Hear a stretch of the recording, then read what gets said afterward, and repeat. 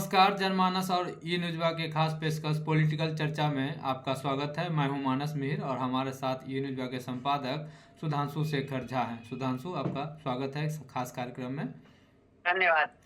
धन्यवाद। आज आज का हमारा मुद्दा है महागठबंधन में सीटों का बंटवारा। इससे पहले बिहार जी। की राजनीति दिल्ली से अब बिहार में शिफ्ट हो गई है। पूरे देश की राजनीति और बिहार की राजनीति की चर्चा महाराष्ट्र में भी होने लगी है। आदित्य ठाकरे भी इसकी चर्चा करने लगे हैं। वहीं लालू यादव के एक बयान पर भी बिहार की सियासत गरमाई हुई है। लालू यादव ने कह दिया कि हम लोगों के रहते हुए बिहार में बीजेपी की सरकार नहीं बन सकती है। ये पोस्ट पोल अलायंस या प्री पोल अलायंस होगा, ये तो भविष्य की बात है। लेकिन अभी जिस महागठबंधन का नेतृत्व लालू यादव की पार्टी आरजेडी कर रहा है, क्या उसमें सब कुछ सामान्य है? सीटों को लेकर सिर्फ टोबल नहीं चल रहा है। इसी मुद्दे पर आज का हमारा ये खास पेशकश है। कैसे तेजस्वी यादव और लालू यादव मिलकर महागठबंधन में 4-5 पार्टियों का समायोजन करके सीटों का बंटवारा करेंगे और कोई नाराज होकर पिछली बार की तरह छिटक कर भागेगा तो नहीं। क्या आपको सुधांशु लगता है क्या ये बहुत ही आसानी है लालू और तेजस्वी के लिए? जी नहीं, बिल्कुल नहीं। लालू यादव के लिए अभी सबसे बड़ी चुनौती जो बनकर सामने आई है वह है कांग्रेस।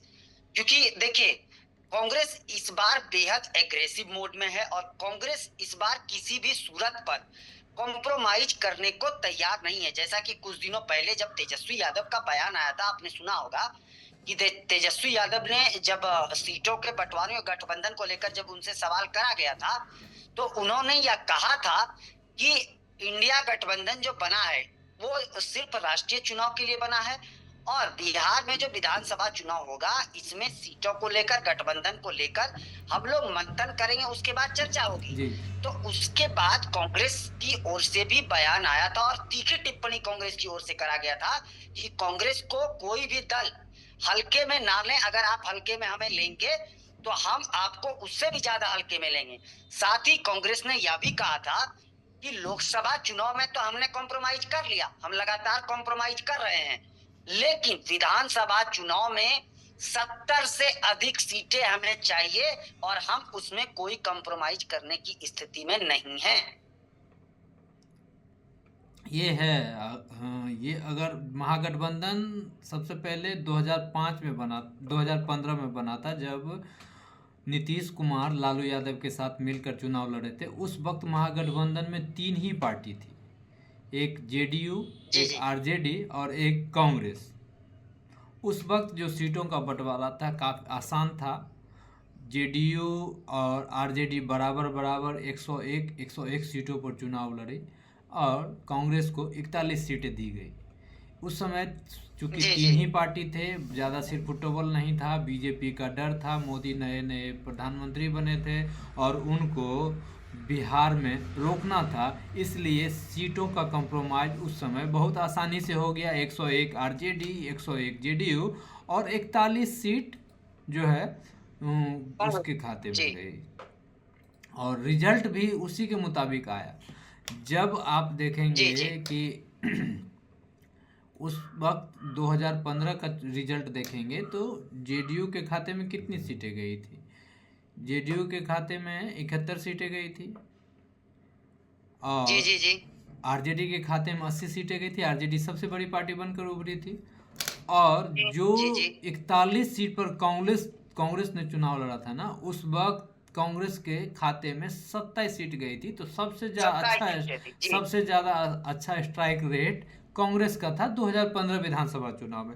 उसी के आधार पर कांग्रेस ने 2020 विधानसभा चुनाव में बार्गेनिंग की और जो 41 सीट पर 2015 में चुनाव लड़ा था, कांग्रेस लड़ी थी, वो 2020 में 70 जा पहुंची।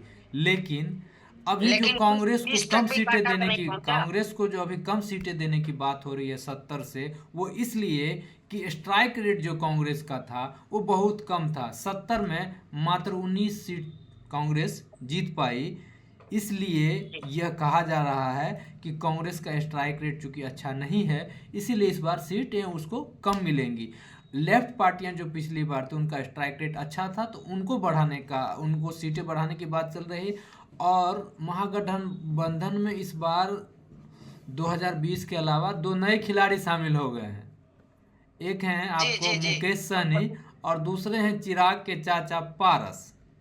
तो फिर इनको भी तो जी सीट देना है, इसलिए इन दोनों को तो लेकर सर, भी चर्चा चल रही है कि इनको कितनी सीटें देंगे, कौन कॉम्प्रोमाइज करेगा, कांग्रेस को कॉम्प्रोमाइज करना है कि फिर आरजेडी को कॉम्प्रोमाइज करना है। मुकेश सहनी का बयान तो आप इसमें इसमें बराबर एक सुन ही चीज, रहे एक होंगे। एक सेकंड में रोकना चाहूंगा सर। कांग्रेस तो इस बार कह रही है ना कि हम पिछले विधानसभा के स्ट्राइक रेट पर बात नहीं करेंगे। लोकसभा चुनाव में जो हमारा स्ट्राइक रहा है 9 में से 3, हमको उस स्तर से सीट इस बार के विधानसभा चुनाव में दिया जाए, क्योंकि लोकसभा में स्ट्राइक रेट हमारा बेहतर है। कांग्रेस का ये मानना है। हाँ, कांग्रेस तो इस बार आरजेडी के लिए सरदर्द हो ही जाएगा।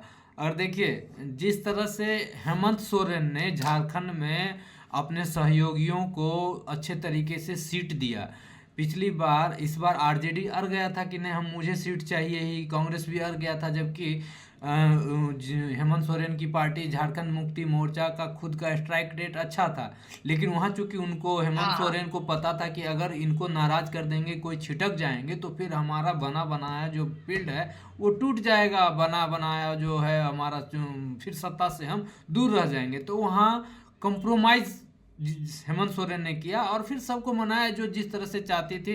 पिछली बार आरजेडी ने एक ही सीट पर जीत दर्ज की थी, लेकिन इस बार उसे बढ़ गया। और फिर कांग्रेस इसी तो तरह एक सेकंड, बिहार में भी आरजेडी को अगर सत्ता में आना है तो कंप्रोमाइज तो करना पड़ेगा। एक सेकंड सर रोकना चाहेंगे। आप जो बिहार के जितने भी राजनीतिक दल हैं, उसके अलावा अगर आप बात करेंगे, जैसा जैसा कि आपने हेमंत सोरेन की चर्चा छेड़ी, तो मुझे एक बात याद आई। हेमंत सोरेन ने भी तो इस बार कह दिया है ना जेएमएम में कि जितने भी बॉर्डर इलाके के सीटें हैं, उन सीटों पर इस बार जेएमएम भी तो बिहार विधानसभा चुनाव में दावेदारी करने को तैयार है ना। तो ऐसे में तेजस्वी यादव के लिए कितनी बड़ी चुनौती आप देख पा रहे हैं। हाँ, अब ये सब चर्चा करेंगे। इससे पहले फ्लैशबैक में चलते हैं। 2015 की तो हम लोगों ने बात कर ली कि 2015 में किस पार्टी को कितनी सीटें मिली और उसमें उनका स्ट्राइक रेट रहा, कितना सीट जीता। अब 2020 के विधानसभा चुनाव की बात करते हैं। 2020 के विधानसभा चुनाव में महागठबंधन की ओर से मुख्यतः 3 थे, आरजेडी, कांग्रेस और लेफ्ट की 3 पार्टियां थी। उनको अलग अलग सीटें दी गई, उन्होंने, उनका परफॉर्मेंस भी अच्छा रहा। तो आरजेडी अकेले 144 सीट पे चुनाव लड़ी थी, कांग्रेस को 70 सीटें दी गई थी। 75 पे लौट जीत के आई। हाँ, कांग्रेस को 70 सीटें दी गई चुनाव लड़ने के लिए। सीपीआई एमएल तीसरे सबसे बड़े दल थे महागठबंधन में, उन्हें 19 सीटें दी गई।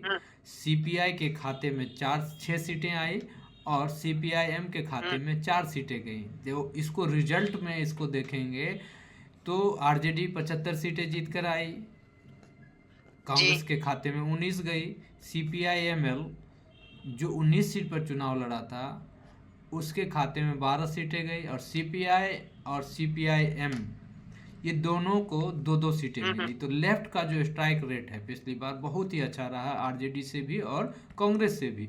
इसलिए लेफ्ट चुपचाप है, वो कह रहा है मैं तो परफॉर्म कर रहा हूँ, मुझे क्यों नहीं सीट दिया जा रहा है। लोकसभा चुनाव में भी लेफ्ट के 2 कैंडिडेट जीते हैं, ठीक है, जबकि उनको 5 सीट दी गई थी, सबसे कम। 2024 लोकसभा चुनाव की बात करें तो आरजेडी 26 सीट पर चुनाव लड़ी, 4 सीट पर जीती। कांग्रेस 9 सीट पर चुनाव लड़ी, 3 सीट पे जीती। लेफ्ट की पार्टियां 5 सीट पर चुनाव लड़ी और 2 पर चुनाव जीती। तो उनका भी स्ट्राइक रेट अच्छा ही है। वो कह रहे हैं लेफ्ट के नेता, बहुत अच्छा कहेंगे, लेफ्ट का स्ट्राइक रेट इस हिसाब से तो बहुत शानदार है। लेफ्ट के नेताओं में ये चीजें हैं कि वो मीडिया में बयानबाजी कम करते हैं, लेकिन जब आप उनसे बातचीत करेंगे कभी तो वो साफ साफ कहेंगे कि भाई हमारा स्ट्राइक रेट देखिए, हमारा स्ट्राइक रेट इतना अच्छा है तो मेरे सीट में तो बढ़ोतरी होनी चाहिए। तो जब वो बातचीत के टेबल पे जाएंगे तो अपनी बातें रखेंगे। और ये तो पिछले साल की बात है, अब 2020 की। लेकिन 2025 में जो चुनाव होना है, 2020 से परिस्थिति बिल्कुल अलग है।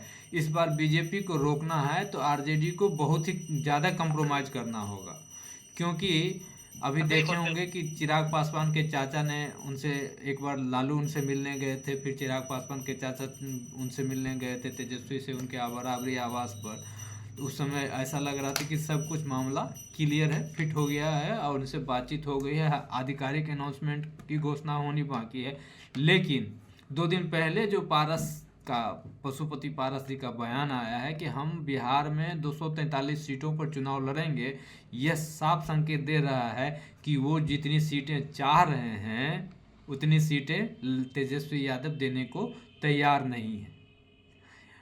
सर एक सेकंड रोकना चाहेंगे कि ये एक अहम रोल जो है इस बार गठबंधन में आप अगर बात करेंगे तो मुकेश सहनी जो हमेशा तेजस्वी यादव के हमसाया बनकर साथ साथ खड़े रहते हैं, तो उन्होंने भी तो आरजेडी को टेंशन में डाल दिया। उन्होंने भी तो कह दिया कि हमें 40 सीटें चाहिए, आप लोग तैयार हो जाइए।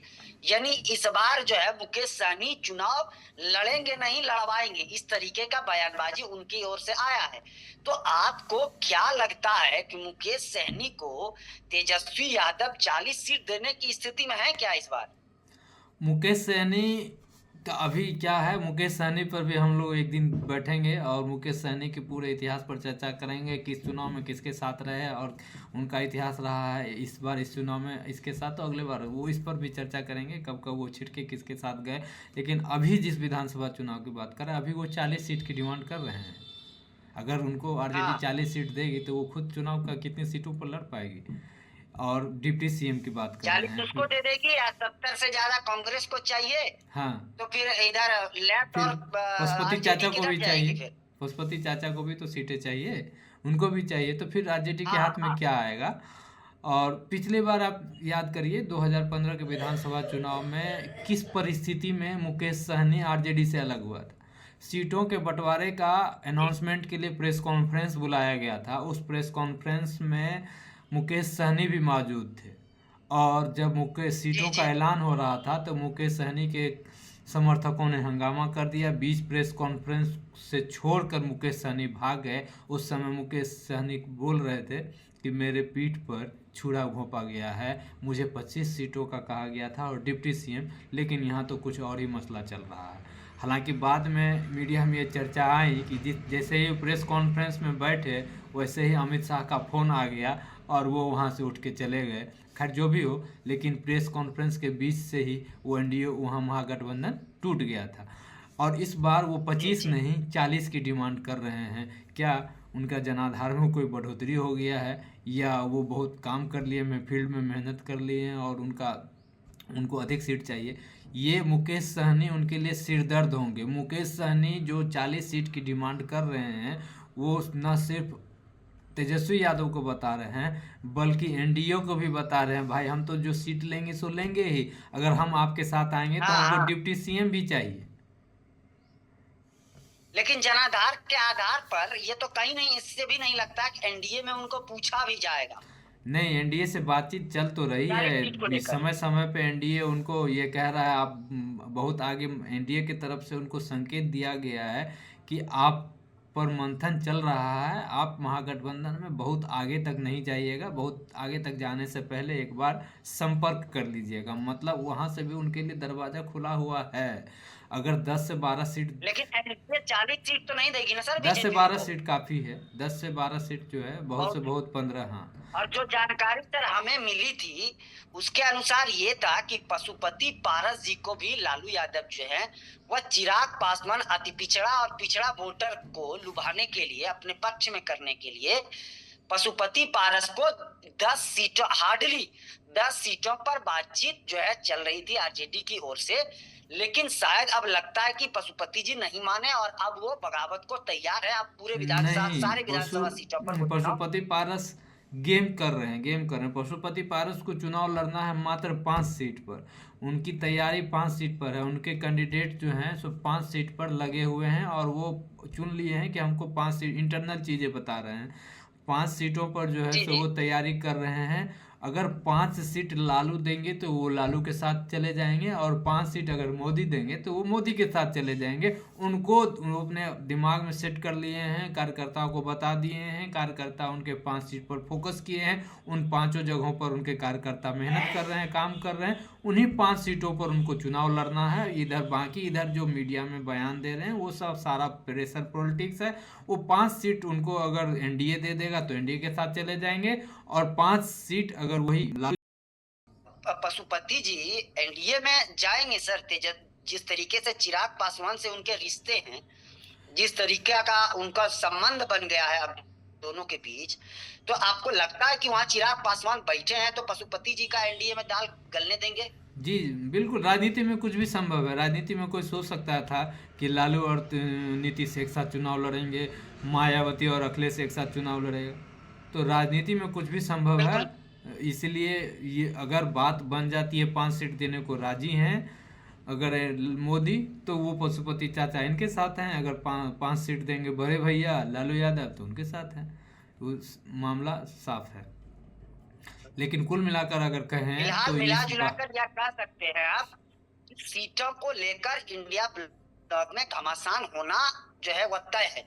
घमासान चल ही रहा है सुधांशु। तय क्या है, घमासान चल ही रहा है। आप देख रहे हैं कि लालू से मिले पारस, वो कह रहे हैं 243 सीट पर लड़ेंगे, कांग्रेस कह रही है 70 से कम पे तो मानेंगे नहीं, इधर सहनी कह रहे हैं 40 प्लस डिप्टी सीएम। तो घमासान तो चल ही रहा है। लेकिन एक एनडीए की बात करें तो एनडीए में सिर्फ मांझी ही जो है पब्लिक फोरम में कह रहे हैं सीटों को लेकर, लेकिन बाकी एनडीए का जितना दल है वो साइलेंट है सीटों को लेकर।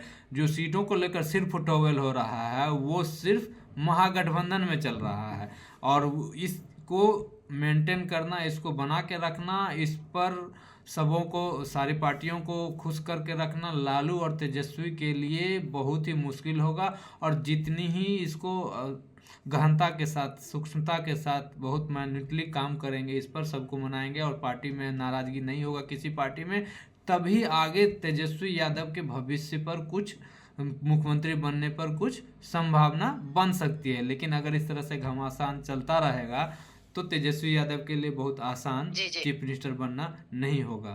सुधांशु जी वाइंड अप या कुछ कहना चाहते हैं तो फिलहाल के लिए बस इतना ही। मुझे वाइंड अप कर रहे हैं सर। फिलहाल के लिए बस इतना ही। मुझे और मानस जी को दीजिए इजाजत, और आप ई न्यूज़वा और जनमानस को लाइक शेयर के साथ साथ कमेंट करना ना भूलें। आप सभी के साथ हम लोग लगातार जुड़ते रहेंगे किसी ना किसी खबरों के साथ। फिलहाल के लिए बस इतना ही। आप सभी का तहे दिल से शुक्रिया। जय हिंद, जय भारत, नमस्कार।